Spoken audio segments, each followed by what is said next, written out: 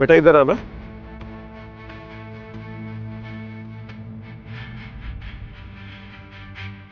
कुछ और चाहिए अंकल? नहीं बेटा, बेटा ये परोठा तुमने कहाँ से बनाना सीखा? ये मैंने मेरी माँ से बनाना सीखा था। और लीजिए ना। अरे बस बस बस, और खाऊंगा ना तो मेरा पेट फट जाएगा। आपको पसंद है ना? अरे पसंद है? अरे ये जादू है जादू। पर ऐसा जायका मैंने कहीं नहीं खाया जो सिर्फ तुम्हारे हाथों में है। अब तुम मुझसे एक प्रॉमिस करो, इसकी रेसिपी तुम कहीं नहीं बताने वाली। ये हमारा पर्सनल सीक्रेट रहेगा। जी जरूर, खाइए और लाती हूँ। ये कैसे हो सकता है? कामनी के परोंठों का स्वाद इस लड़के के परोंठों में? बेटा तुम्हारी माँ का नाम क्या है?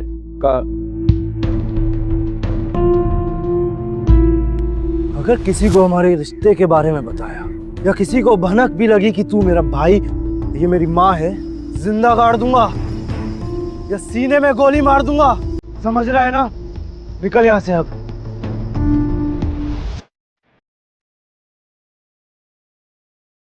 तो पापा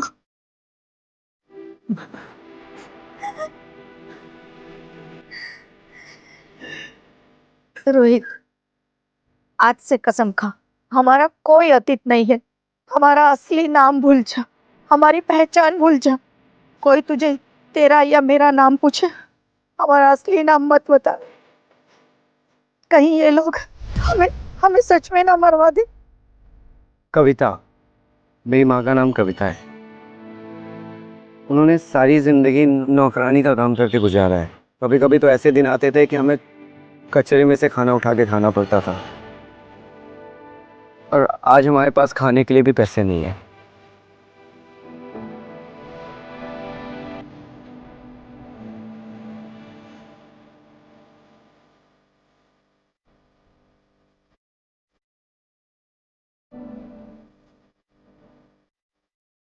भाई सुना है कि तेरी माँ की तबीयत खराब है। हाँ भाई। ऑपरेशन का खर्चा 50 लाख है। भाई 50 लाख तो नहीं दे सकता, लेकिन थोड़ी सी मदद कर दी है। तो इतनी मेहनत कर रहा है तो टेंशन मत ले, भगवान सब ठीक करेगा। नहीं भाई, मुझे तुम्हारी कोई मदद नहीं चाहिए। मैं तुम्हारे पैसे वापस कर रहा हूँ बाकी के।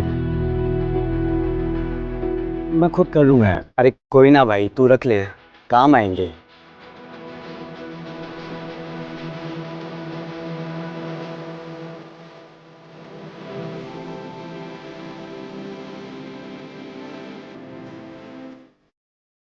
बेटा कितना हुआ? 50 रुपए।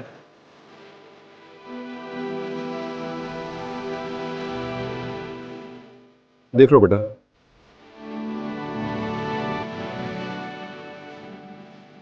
50 लाख? अंकल, आपको फोन चलाना नहीं आता क्या? आपने गलती से बहुत ज्यादा पैसे भेज दिए।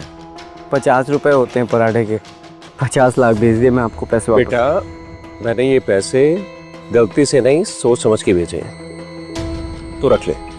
पर इतने पैसे क्यों? बेटा तेरी माँ का ऑपरेशन है ना, तो बस ये सोच के रख ले कि ये भगवान का इशारा है। नहीं नहीं अंकल, मैं आपसे मदद नहीं ले सकता। आप मेरे लिए अजनबी हैं, और ये बहुत ज़्यादा पैसे। मैं आपको आपके पैसे अभी वापस कर रहा हूँ। एक ये है जिसकी माँ इतनी बीमार है फिर भी पैसे नहीं ले रहा, और एक मेरा बेटा जिसे अपने बाप की कदर तक नहीं, उसे सिर्फ पैसे चाहिए।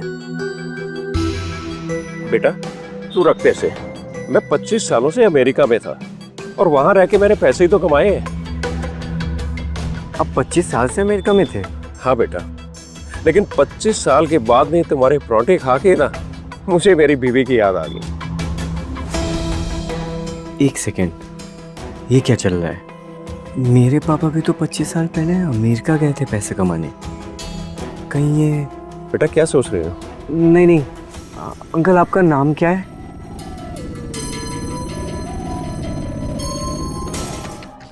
सर, आप दुनिया के सबसे अमीर आदमी में से एक आदमी हैं, इसलिए आपकी सिक्योरिटी के लिए हम चाहते हैं आप ऐसा कुछ भी ना करें जिससे लोगों को पता चल जाए कि आप कौन हैं। आप अपने यूएस के बैंक अकाउंट से कैश विड्रॉ कर लें और कोशिश करें कि अपना नाम किसी को ना बताएं। ब्रिजेश शर्मा। ये कैसे ही हो सकते हैं मेरे पापा? बेटा तुम सोच क्या रहे हो?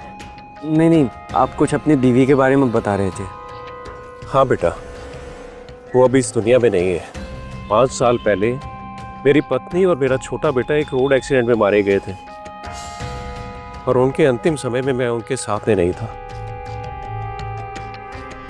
अंकल, मैं आपके पैसे नहीं ले सकता, मैं आपको पैसे वापस कर रहा हूँ। अरे बेटा तुम पैसे रखो और अगर ये तुम्हें एहसान लग रहा है तो इस एहसान को तुम चुका देना।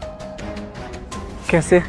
बेटे सुना है कि उनका अंतिम संस्कार यहाँ दिल्ली के यमुना घाट के पास में किसी शमशान घाट में हुआ था और उनकी अस्थियां अभी भी वहाँ पर पड़ी हुई हैं। बेटा मैं 25 साल के बाद में यहाँ पर दिल्ली में आया हूँ और मुझे रस्तों का कुछ पता नहीं है। अगर तू वहाँ पर ले जाएगा तो उनकी आत्मा की शांति के लिए मैं उनकी अस्थियों को गंगा में बहा दूंगा। ठीक है, आपको जब भी ज़रूरत हो आप मुझे बता देना, मैं आपको लेके चलूँगा। ठीक है बेटा। अगर मेरा छोटा बेटा जिंदा होता तो वो भी इसके जितना ही होता।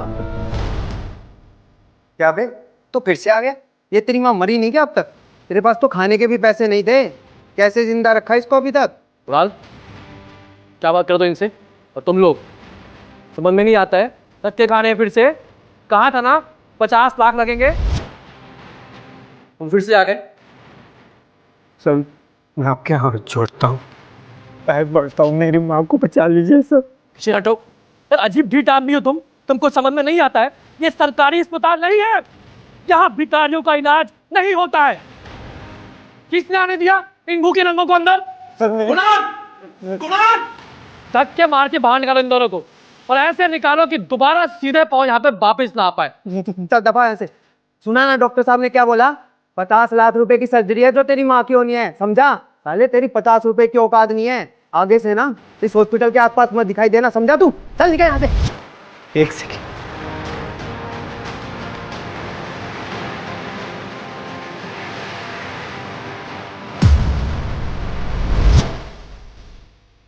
ठीक है कुणाल, अंदर लेके आओ इनको।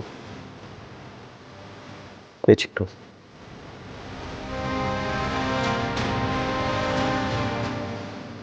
चिंता की कोई बात नहीं है, हमने सारे टेस्ट कर लिए। इनफैक्ट हम कल सुबह ही सर्जरी शेड्यूल कर सकते हैं। आपकी माँ अब सेफ है। Take care. Thank you sir. Rohit, अम्मा, आप आराम करिए ना, सब ठीक हो जाएगा। बेटा इतने सारे पैसे कहाँ से आए? कहीं तूने कोई गलत काम तो नहीं किया? आपको लगता है कि आपके संस्कार मुझे भटकने देंगे? मैंने ये पैसे ना ही किसी से छीने हैं, ना ही चुराए हैं, और ना ही इन पैसों के लिए किसी के आगे हाथ फैलाया है। तो फिर इतने सारे पैसे कहाँ से आए? इतने सारे पैसे लाना आसान नहीं है। वो आज एक अंकल आए, वो बहुत ही नेक दिल थे। उन्हें जब मेरी हालात के बारे में पता चला तो उन्होंने कहा वो मेरी मदद करेंगे। ये पैसे उन्होंने ही दिए। कोई अनजान आदमी इतने पैसे क्यों देगा? माँ, भीख में नहीं लिए, उधार की तरह लिया है पैसा। मैं पढ़ लिख के बहुत मेहनत करूँगा, उनका एक एक पैसा उनको वापस लौटा दूँगा। अब आप इन सब चीज़ों की चिंता मत करो, आप आराम करो। मैंने 2 बेटों को जन्म दिया पर दोनों कितने अलग निकले। वो तुम्हारे पापा के मरने के बाद सारे पैसे खा गया और तुझ पे सारा बोझ आ गया है। माँ, क्या कह रही हो? आप बोझ नहीं हो मुझ पे। आप चिंता मत करो, आराम करो आप। आज तेरे पापा होते तो तुझ पे बहुत गर्व करते। वो जहां भी होंगे तुझे देख रहे होंगे, आशीर्वाद दे रहे होंगे।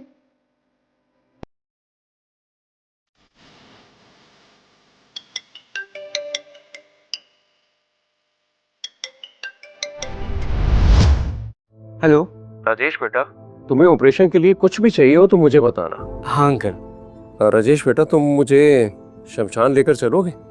हाँ अंकल, मैं ये कह रहा था कि यमुना घाट पे ना बहुत सारे शमशान हैं, तो आपको कुछ याद है कि कौन से शमशान में जाना है? मैं पता लगा लूंगा बेटा। ठीक है। और अंकल, आपको मेरी कोई भी ज़रूरत लगे ना तो आप मुझे ज़रूर याद करना। बेटा तुम्हारे पास कुछ भी नहीं है, फिर भी तुम ये बोल पा रहे हो। कितना बड़ा दिल है तुम्हारा।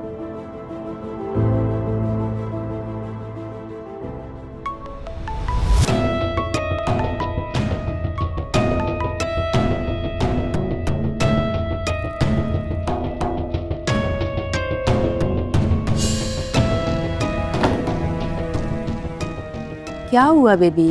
अरे बुढ़े ने परेशान कर रखा है। इस कंगाल को समझ नहीं आता कि इसकी औकात नहीं है मुझे कॉल करने की।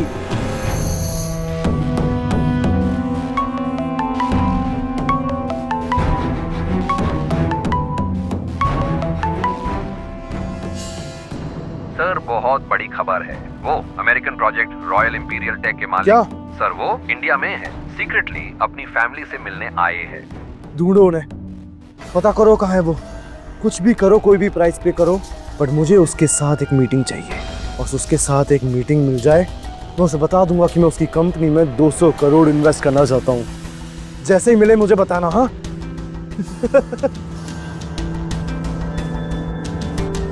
लो, आ गया फिर से आपका फटीचर बाप।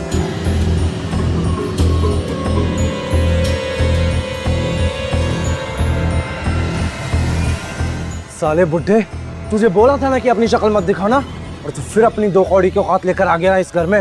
राहुल, मुझे तुम बस ये बता दो कि तुमने अपनी माँ और अपने भाई की चिता को कौन से शमशान में आग लगाई थी? जिस दिन पैसे हो उस दिन आना, तब बताऊंगा, ठीक है? प्लीज राहुल, बता दे बेटा। हाथ कैसे छुआ तूने मेरा? गंदे कीड़े। अबे ओ फटीचर, ना तो ये तेरा बेटा है और ना ही तू हमारा बाप है। समझ में आ रहा है? निकल यहाँ से। आज के बाद इस घर के आसपास मंडराता हुआ भी नजर ना चाहिए। राहुल प्लीज प्लीज बता दे। पैसे लेकर आ और शमशान का नाम ले जा। वो क्या है ना कि मेरी बहुत बड़ी डील रुकी हुई है इस पैसे की वजह से। बहुत मुश्किल से चांस मिला है उस कंपनी के मालिक से मिलने का।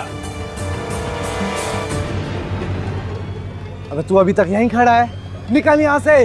बेटा प्लीज। कोई बेटा बेटा नहीं है तेरा यहाँ, निकल, चल चल जा। बेटा प्लीज बता दे ना। अरे जा ना, चल।